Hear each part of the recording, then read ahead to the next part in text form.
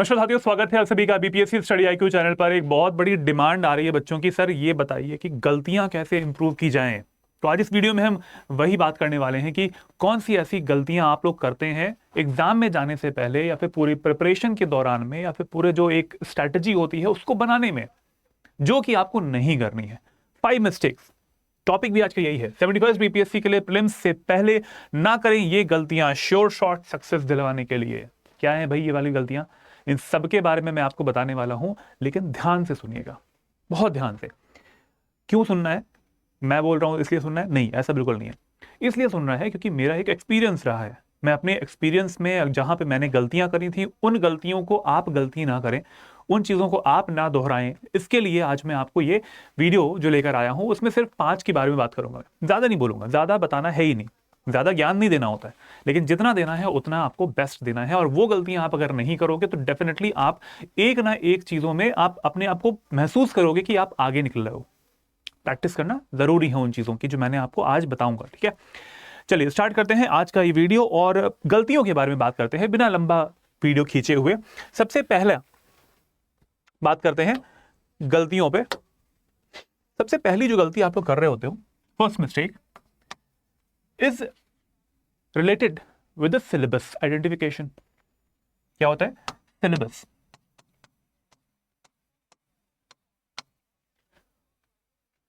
जो चीज आप पढ़ना चाहते हो, जैसे आप बीपीएससी 71st बीपीएससी की बात कर रहा हूं, अगर जो चीज आप पढ़ना चाहते हो, क्या उसमें आपने उसका सिलेबस पढ़ा हुआ है?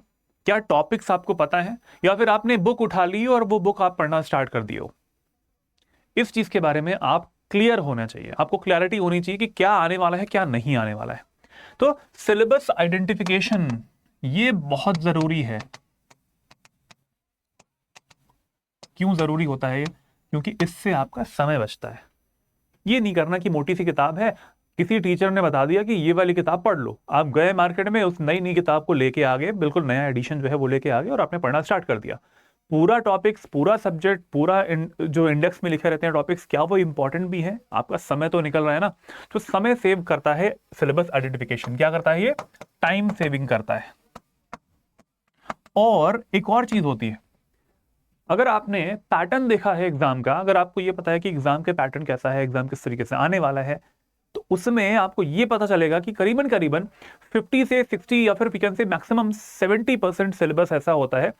50 से 60 के बीच में ही आप लोग मानिए कि इतने सिलेबस से ही सारे क्वेश्चंस बन रहे होते हैं। ज्यादा डीप नहीं जाता एग्जामिनर, प्रीलिम्स एग्जामिनेशन की बात कर रहा हूं, ज्यादा डीप नहीं जा रहा होता है। और आपको ये चीज ध्यान रखनी है कि उतने ही सिलेबस से सारी चीजें पढ़नी है। तो अगर आपके पास में 3 महीने या फिर 2 महीने का समय अभी भी शेष है आज के तौर पर भी, तो आप ये बात ध्यान रखिए कि वो वाला सिलेबस आपको पहले कंप्लीट करना है। राइट? आया समझ में कुछ? अगर आप समझें कि भाई 50 से 60% सिलेबस जो है ये मोस्ट इंपॉर्टेंट है, मोस्ट इंपॉर्टेंट है, तो हमें पता है अगर ये टॉपिक इंपॉर्टेंट है तो क्यों इसको नहीं पढ़ रहे हो? इसी को पढ़ना है सबसे पहले, प्रियोरिटी वाइज। ठीक है, मेक इट अ प्रियोरिटी। इसको प्रियोरिटी पे बनाइए और इसको सिलेबस को कंप्लीट कीजिए। अब आपको प्रीलिम्स में क्या करना है? सिर्फ कट ऑफ, ये पहली चीज बता रहा हूं, सिर्फ कट ऑफ क्लियर करना है। प्रियोरिटी पे बना के अगर आपने प्री का कट ऑफ के लिए अगर आपने कुछ एफर्ट डाल लिए, एक्स्ट्रा एफर्ट डाल लिए, तो एटलीस्ट आप उस एज तक जाने वाले ना। अभी कट ऑफ क्लियर नहीं होगा। 5 मिस्टेक्स में आपको बताने वाला हूं, 5 के बाद में आप अपने आप को जज कीजिएगा कि आपने क्या किया है अब तक और आप क्या इंप्रूव करोगे। इन 5 मिस्टेक्स जो है बताऊंगा उसके बाद। प्रियोरिटी के बाद में क्या होगा कि प्री का कट ऑफ क्लियर करने की तरफ आप अग्रसर होगे। अभी हुआ नहीं क्लियर कट ऑफ आपका, पक्का बता रहा हूं, अभी इससे नहीं होने वाला। लेकिन बचा हुआ जो सिलेबस है वो आपको क्या करता है? ये आपको बता रहा होता है कि यार इतना और कर लो, इसमें थोड़ा सा एफर्ट और देना है, थोड़ा सा नॉलेज यूज करनी है, थोड़ा सा दिमाग यूज करना है, कट ऑफ क्लियर हो जाएगा। उसके बाद सब्जेक्ट, सारे सब्जेक्ट्स पे नहीं जा रहा कि करंट अफेयर्स का इतना वेटेज होता है, हिस्ट्री का इतना वेटेज होता है, साइंस का इतना वेटेज होता है, इस सब की बात हम कर चुके हैं।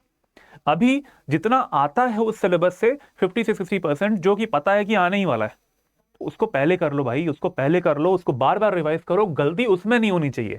राइट? तो ये बहुत जरूरी आपकी चीज हो जाती है। पहली मिस्टेक लोग ये करते हैं कि आइडेंटिफाई नहीं कर पाते कि सिलेबस हमारा क्या होना चाहिए। ठीक है, अब सिलेबस हो गया। सेकंड मिस्टेक क्या होती है? सेकंड मिस्टेक होती है पेपर एनालिसिस। आपने किया है कि नहीं किया है पेपर एनालिसिस? इसका क्या मतलब है?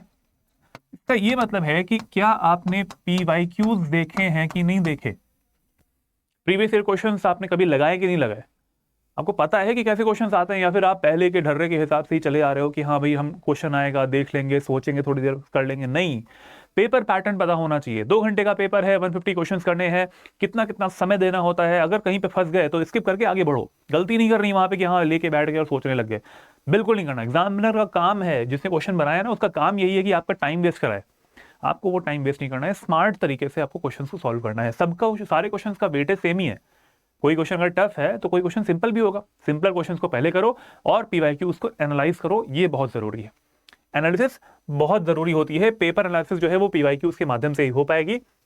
और अगर आप ये चीज कर लेते हो, पहली मिस्टेक और सेकंड मिस्टेक पर आकर आपकी पकड़ बनी हुई है, तो डेफिनेटली आपका कट ऑफ भी क्लियर होगा, कट ऑफ भी क्लियर होगा। और कई बार देखा होगा आप लोगों ने, कुछ लड़के ऐसे होते हैं, कुछ लड़कियां ऐसी होती हैं, उनका प्री हमेशा क्लियर होता है। कैसे हो जाता है यार? हम लोग कर रहे होते हैं तो हमारा प्री क्लियर नहीं होता है, और वो लोग कैसे करते हैं कि उनका हर बार कुछ नहीं किया, पढ़े भी नहीं, 3 से 4 महीने पढ़ाई करी और उनका एग्जाम क्लियर हो गया, प्री तो क्लियर ही हो गया। कैसे होता है? क्योंकि वो इन चीजों पे ध्यान दे रहे होते हैं। कट ऑफ क्लियर करना जरूरी हो जाता है, और बाद में अगर आपने जो सिलेबस बचा हुआ था 50 से 60% सिलेबस के बाद में, उसमें क्या करना है आपको? उसमें आपको रैंक इंप्रूवमेंट करनी है, रैंक इंप्रूवमेंट पे ध्यान देना है।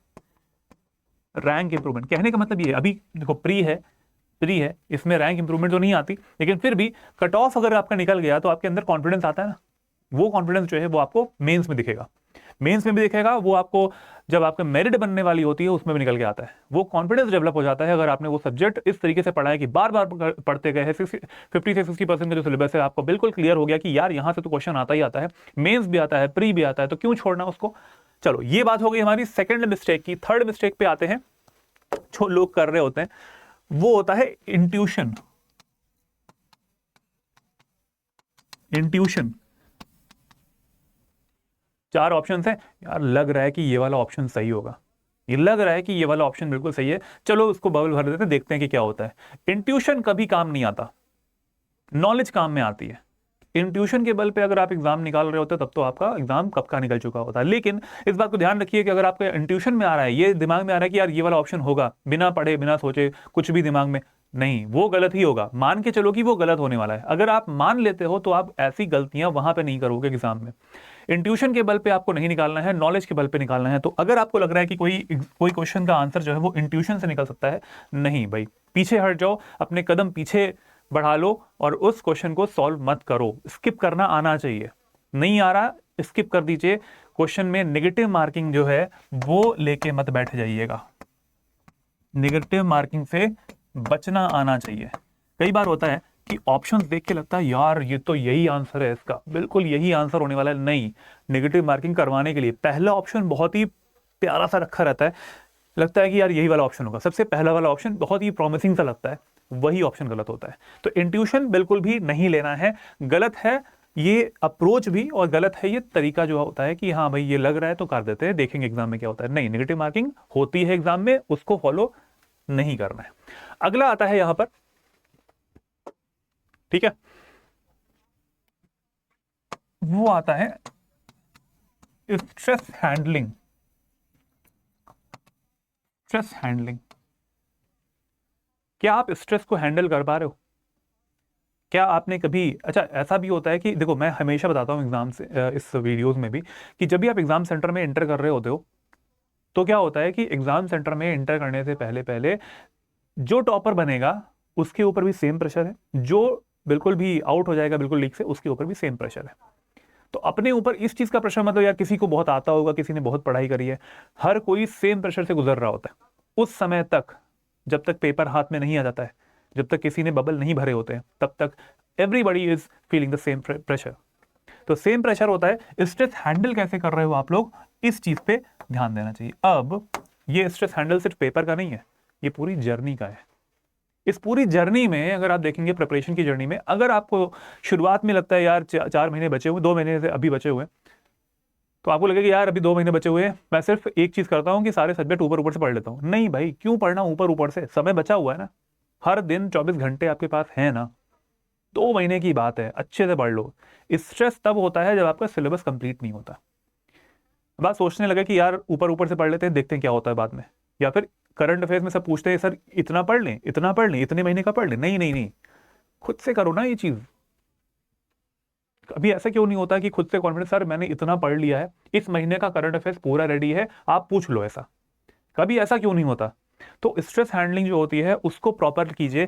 सभी के लिए सेम प्रेशर होता है, आपको स्किप नहीं करना है, डू नॉट स्किप सब्जेक्ट्स को। यार ये सब्जेक्ट नहीं पढ़ते हैं, ये टफ लग रहा है, क्योंकि इससे क्वेश्चंस जो हैं वो ऐसे ऐसे वाले टफ वाले आ जाते हैं, इसको नहीं पढ़ते हैं, किसी और को पढ़ लेंगे, कट ऑफ क्लियर कर लेंगे। नहीं होता भाई, आज के समय में इतना कंपटीशन है, इतने सारे फॉर्म्स फिलअप किए जाते हैं और इतने सारे लोग बैठते भी हैं एग्जाम में, और उसके ऊपर भी अगर कभी ऐसा हो जाए कि धांधली हो जाए, तब तो फिर बात की बात ही है।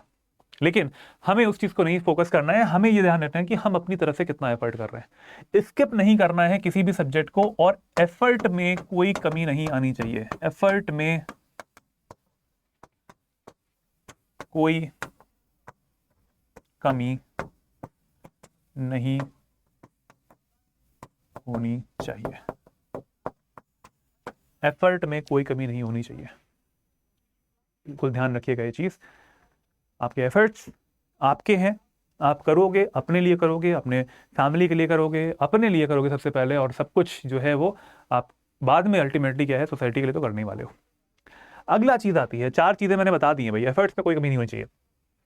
5वां चीज ये होती है, 5वीं मिस्टेक ये है कि लोग जो है वो प्रैक्टिस नहीं करते। वो क्या करते हैं ना, वो पढ़ते जाते हैं, सारे टॉपिक्स जो है वो पढ़ते चले जा रहे हैं, आगे बढ़ते चले जा रहे हैं, पीछे भूलते जा रहे हैं। तो प्रैक्टिस करने का मतलब है, क्या आपने प्रीलिम्स टेस्ट सीरीज लगाई है? प्रीलिम्स टेस्ट सीरीज लगाई है? कितना आप रेगुलर हैं, कितना आप रेगुलर हैं प्रीलिम्स टेस्ट सीरीज लगाने में? नहीं लगाया है टेस्ट सीरीज तो आपको समय के साथ चलना नहीं आएगा। 120 मिनट में 150 क्वेश्चन नहीं कर पाओगे, सारे क्वेश्चन देख ही नहीं पाओगे। अच्छे क्वेश्चन जो सिंपल वाले होते हैं ना, कि हाँ देखा कर लिया, देखा कर लिया, ऐसे वाले क्वेश्चन स्किप हो जाते हैं, बाद में बड़ा दुख होता है, यार सर ये वाला ये वाला पेज तो देख ही नहीं पाए।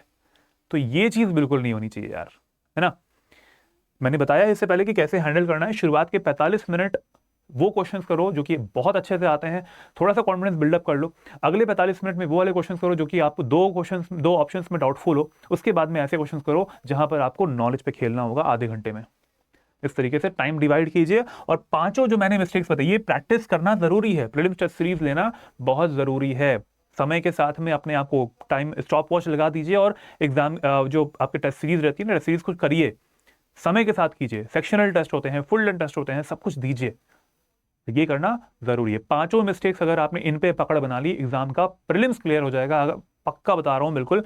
और आप मुझसे बोलोगे कि सर थैंक यू कि ये वाला वीडियो आपने बनाया है, 5 मिस्टेक्स इन पे अगर आपने पकड़ बना ली है, डेफिनेटली आपका प्रीलिम्स तो क्लियर होने वाला है। और इसके लिए प्रीलिम्स की तैयारी करने के लिए अगर आपको चाहिए प्रीलिम्स की टेस्ट सीरीज, तो स्टडी आईक्यू दे ही रहा है। अगर आपको लेना है स्टडी आईक्यू से प्रीलिम्स टेस्ट सीरीज तो आप ले सकते हैं। आपको जाना है स्टडी आईक्यू की वेबसाइट पर, स्टडी आईक्यू का होम पेज है ये। आपको नीचे की तरफ स्क्रॉल करना है, और स्क्रॉल करने के बाद में यहाँ पर आपको एक आइकन दिखाई देगा, एक वर्ड दिखाई देगा, वो है स्टेट पीसीएस का। आपको क्लिक करना है स्टेट पीसीएस पे, और सब्जेक्ट जो हमारा स्टेट है वो है बिहार। बिहार पे क्लिक करना है। बिहार पे क्लिक करने के बाद में आप यहां पर 2 चीजें देख पाएंगे, ठीक है, 2 चीजें देखेंगे। एक चीज होती है, एक है हमारा कोर्स जो है 5100 एमसीक्यूज का, प्रीलिम्स का बैच है। प्रीलिम्स को कैसे हैंडल करना होता है, एमसीक्यूज को कैसे हैंडल करना होता है, आप इस कोर्स को ले सकते हो। बहुत अच्छा कोर्स है, टॉप फैकल्टीज यहां पे आपको पढ़ाने वाले हैं। 5100 एमसीक्यूज मास्टर कोर्स है बीपीएससी के लिए। इतना पे आपको नहीं करना होगा 3999, आपको पे करना होगा सिर्फ और सिर्फ 1999, क्योंकि आप मेरा कोड यूज करोगे। कोड है मेरा AKS लाइव, आप नीचे भी देख पा रहे होंगे, यहाँ पे लिखा है AKS live. AKS live code यहाँ पर लगाओगे, पहले अमाउंट है 3999, 8 महीने की वैलिडिटी के साथ में अप्लाई करोगे, कोड हो जाएगा अमाउंट 1999। 2000 रुपए में आपको एक कोर्स मिल रहा है, और इतने एमसीक्यूज भी मिल रहे हैं। मेरा कोड यूज कीजिएगा AKS लाइव, आपको इससे ये कोर्स मिल जाने वाला है। मैं आपको इसमें पढ़ाने वाला हूं, और इसमें बताऊंगा कि कैसे एमसीक्यूज को हैंडल करना होता है। इसके अलावा अगर आपको और भी टेस्ट चाहिए तो आपको क्या करना है, यहां पर सर्च करना है सिर्फ और सिर्फ एक चीज, उसका नाम है एकलव्य। एकलव्य एक सर्च कर लीजिएगा, हाँ ये वाला आ जाएगा, 71st BPSC prelims Eklavya test series. अब अगर आप सिर्फ ई और के भी सर्च करोगे तब भी आ जाएगा। 75 BPSC prelims Eklavya test series click करोगे, इस पे आपके सामने टेस्ट सीरीज आ जाने वाली है एकलव्य। बाय नाउ करोगे, बाय नाउ करने में अगर आप यहाँ पर ऐड प्रोमो कोड करोगे, और प्रोमो कोड क्या है, AKS लाइव। अगेन मेरा कोड है AKS लाइव। 3499 रुपए इसमें अमाउंट दिखा रहा है। अप्लाई करने के बाद में ये टेस्ट सीरीज हो जाती है आपकी 1499 रुपए की। 6 महीने की वैलिडिटी है। सारे क्वेश्चन लगा दो, कितने टेस्ट सीरीज में क्वेश्चन इसमें आपको क्वेश्चन पेपर मिलने वाले हैं, 75 प्लस टेस्ट मिल रहे हैं इसमें आपको, और हर दिन होता है इसमें टेस्ट, साथ में सब्जेक्ट की टॉपिक लिस्टिंग के साथ में हर टॉपिक से एमसीक्यूज बने हुए हैं। इतना ज्यादा डिटेल्ड वे में अगर आप पढ़ोगे तो डेफिनेटली आपका क्लियर तो होना ही है। लिखा भी हुआ है 75 प्लस मॉड्यूल बेस्ड टेस्ट है, पूरा मैगजीन भी आपको मिलने वाली है, एवरीथिंग आप यहाँ पर आपको मिल जाएगा। तो क्या चाहिए इसके अलावा, स्टडी IQ का पूरा सपोर्ट आपके साथ में है। मेरा कोड याद रखिएगा AKS लाइव, आपको इससे मिलेगा maximum discount on all our courses, क्योंकि अभी चल रही है हमारी सेल, और सेल का नाम है इसमें गुरु कृपा सेल। गुरु पूर्णिमा के उपलक्ष्य में ये सेल भी आई थी। अगर आपको लगता है इस कोर्स को लेना है तो आप ले सकते हैं। 5100 MCQs का कोर्स है, वो भी ले सकते हैं। उसमें क्लासेस भी चलने वाली हैं। इसमें क्लासेस नहीं चलेंगी, बट इसमें आपको क्या मिल रहा है, 75 प्लस टेस्ट मिल जाता है। इससे बेटर ऑप्शन नहीं मिलने वाला है। जल्दी से लें और जुड़ते हैं क्लास में। जय हिंद, जय भारत।